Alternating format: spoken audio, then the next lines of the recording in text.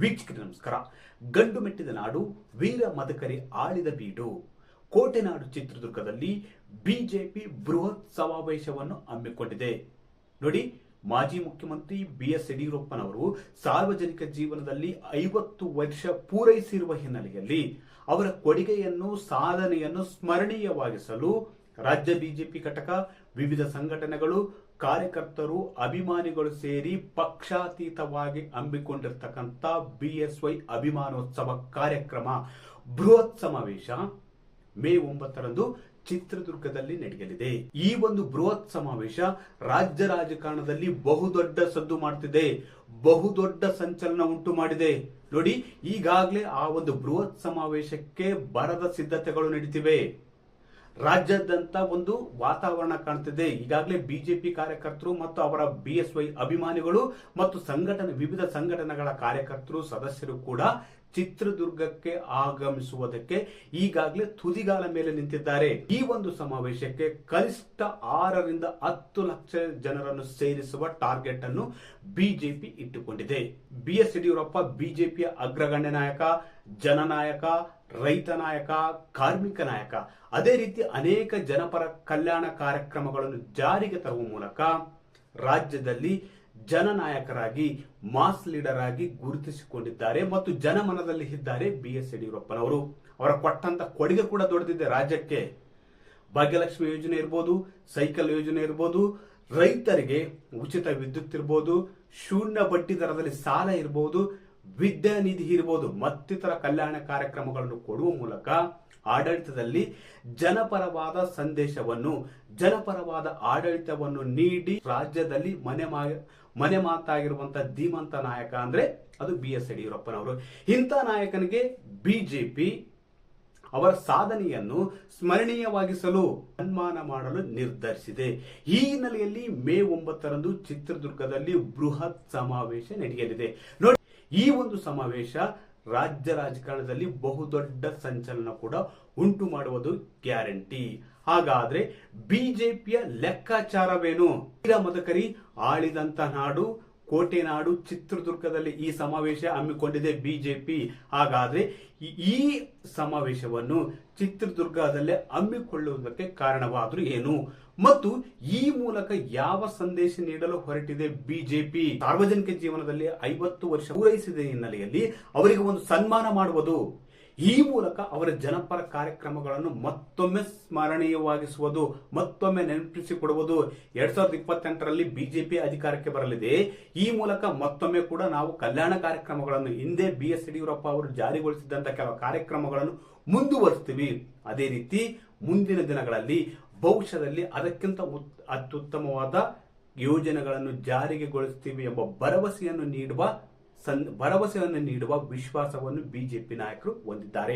ಅಷ್ಟೇ ಅಲ್ಲ, ಇಂಥದ್ದೊಂದು ಕಾರ್ಯಕ್ರಮಕ್ಕೆ ಗೃಹ ಸಚಿವರಾಗಿರುವ ಅಮಿತ್ ಶಾ ಅವರು ಕೂಡ ಹಾಜರಿರ್ತಾರೆ. ಅವರು ಕೂಡ ಆಗಮಿಸ್ತಾರೆ. ನೋಡಿ, ಬಹುದೊಡ್ಡ ಸಂಖ್ಯೆಯಲ್ಲಿ ಜನರನ್ನು ಸೇರಿಸುವ ಮೂಲಕ, ಅದೇ ರೀತಿ ಈಗಾಗಲೇ ಕಾಂಗ್ರೆಸ್ ಪಕ್ಷದ ವಿರುದ್ಧ ರಾಜ್ಯಾಧ್ಯಕ್ಷರಾಗಿರುವ BY ವಿಜಯೇಂದ್ರ ಅವರು ಕಾಂಗ್ರೆಸ್ ಸರ್ಕಾರದ ಆಡಳಿತ ವೈಫಲ್ಯದ ವಿರುದ್ಧ ಈಗಾಗಲೇ ಹಲವು ಹೋರಾಟಗಳನ್ನು ರೂಪಿಸಿದ್ದಾರೆ. ಅಷ್ಟೇ ಅಲ್ಲ, ಜನರಿಗೆ ಕೂಡ ವೈಫಲ್ಯವನ್ನು ತಲುಪಿಸುವಲ್ಲಿ ಯಶಸ್ವಿಯಾಗಿದ್ದಾರೆ. ಈ ಒಂದು ಬೃಹತ್ ಸಮಾವೇಶದ ಮೂಲಕ ಕಾಂಗ್ರೆಸ್ ಸರ್ಕಾರದ ಆಡಳಿತ ವೈಫಲ್ಯವನ್ನು ಜನರಿಗೆ ತಲುಪಿಸುವುದು, ಅದೇ ರೀತಿ ರಾಜ್ಯದಲ್ಲಿ ಕಾಂಗ್ರೆಸ್ಗೆ ವಿರುದ್ಧವಾದ ಅಲೆ ರಾಜ್ಯದಲ್ಲಿ ಇದೆ ಮತ್ತು ಈಗಾಗಲೇ ಬಿಜೆಪಿ ಒಂದು ಮನವರಿಕೆ ಮಾಡಿಕೊಂಡಿದೆ.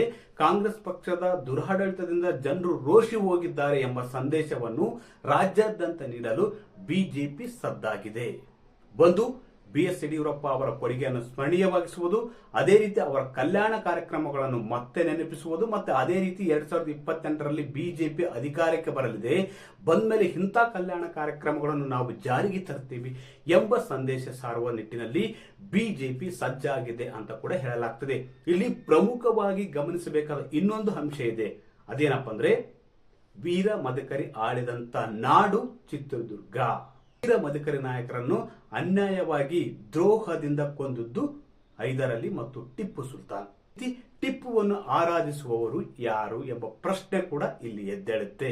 ಅಂದ್ರೆ ಚಿತ್ರದುರ್ಗವನ್ನು ಆಳಿದವರು ಮದಕರಿ ನಾಯಕರು. ಮದಕರಿ ನಾಯಕ ಅವರನ್ನು ಮೋಸದಿಂದ, ವಂಚನೆಯಿಂದ ಸೆರೆ ಹಿಡಿದು ಕೊಂದದ್ದು ಯಾರು? ಅದು ಟಿಪ್ಪು ಸುಲ್ತಾನ್.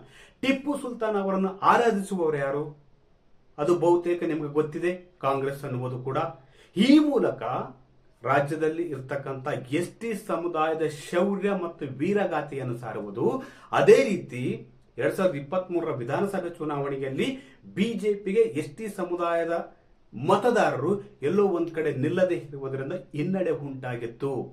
ಈ ಒಂದು ಸಮಾವೇಶದ ಮೂಲಕ, ಚಿತ್ರದುರ್ಗದಲ್ಲಿ ಆಯೋಜಿಸುವ ಸಮಾವೇಶದ ಮೂಲಕ ಎಸ್ಟಿ ಸಮುದಾಯದ ಮತಗಳನ್ನು ಕ್ರೋಢೀಕರಿಸುವುದು ಕೂಡ ಬಿಜೆಪಿಯ ಒಂದು ಮಾಸ್ಟರ್ ಪ್ಲಾನ್ ಆಗಿದೆ ಅಂತ ಕೂಡ ಹೇಳಲಾಗ್ತದೆ. ಮೊದಲನೇದಾಗಿ BS ಯಡಿಯೂರಪ್ಪ ಅವರ ಕೊಡುಗೆಯನ್ನು, ನಾಡಿಗೆ ಕೊಟ್ಟಂತಹ ಕೊಡುಗೆ, ಸಾಧನೆ ಮತ್ತು ಜನಪರ ಕಾರ್ಯಕ್ರಮಗಳನ್ನು ಮನಗಾಣಿಸುವುದು ಮತ್ತು ಮತ್ತೊಮ್ಮೆ ನೆನಪು ಮಾಡಿಕೊಳ್ಳುವುದು, ಭವಿಷ್ಯದಲ್ಲಿ ಕೂಡ ಅವುಗಳನ್ನು ಜಾರಿಗೆ ತರುವ ಒಂದು ಭರವಸೆ ಕೊಡುವುದು. ಅದೇ ರೀತಿ ರಾಜ್ಯದಲ್ಲಿ ಆಡಳಿತ ವಿರೋಧಿ ಅಲೆ ಇದೆ ಎಂಬುದನ್ನು ಸಾರಿ ಸಾರಿ ಹೇಳುವುದು. ಈ ಮೂಲಕ 2028ರವರೆಗೆ BSY ಅವರ ಪ್ರಭಾವಳಿ. ಅದೇ ರೀತಿ ಕಾರ್ಯಕರ್ತರಲ್ಲಿ ಮತ್ತೊಂದಷ್ಟು ಉತ್ಸಾಹ ತುಂಬುವ ಕೆಲಸಕ್ಕೆ ಬಿಜೆಪಿ ಕೈ ಹಾಕಿದೆ.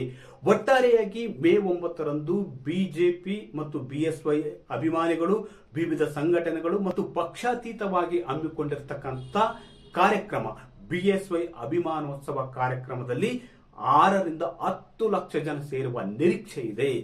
ಈ ಮೂಲಕ ಒಂದು ಐತಿಹಾಸಿಕ ದಾಖಲೆಯನ್ನು ಬರೆಯುವ ವಿಶ್ವಾಸ ಬಿಜೆಪಿ ನಾಯಕರದ್ದಾಗಿದೆ. ಅಷ್ಟೇ ಅಲ್ಲ, ಈ ಒಂದು ಸಮಾವೇಶದ ಮೂಲಕ ಒಂದು ಪ್ರಭಾವಳಿ ಸೃಷ್ಟಿಸುವುದು, 2028ರಲ್ಲಿ ಬಿಜೆಪಿಯನ್ನು ಅಧಿಕಾರಕ್ಕೆ ತರುವುದು ರಾಜ್ಯಾಧ್ಯಕ್ಷರಾಗಿರುವ BY ವಿಜಯೇಂದ್ರ ಅವರ ಟಾರ್ಗೆಟ್ ಆಗಿದೆ. ವೀಕ್ಷಕರೇ, ಈ ಮಾಹಿತಿ ಇಷ್ಟವಾದಲ್ಲಿ ವಿಡಿಯೋ ಶೇರ್ ಮಾಡಿ, ಲೈಕ್ ಮಾಡಿ, ಕಾಮೆಂಟ್ ಮಾಡಿ.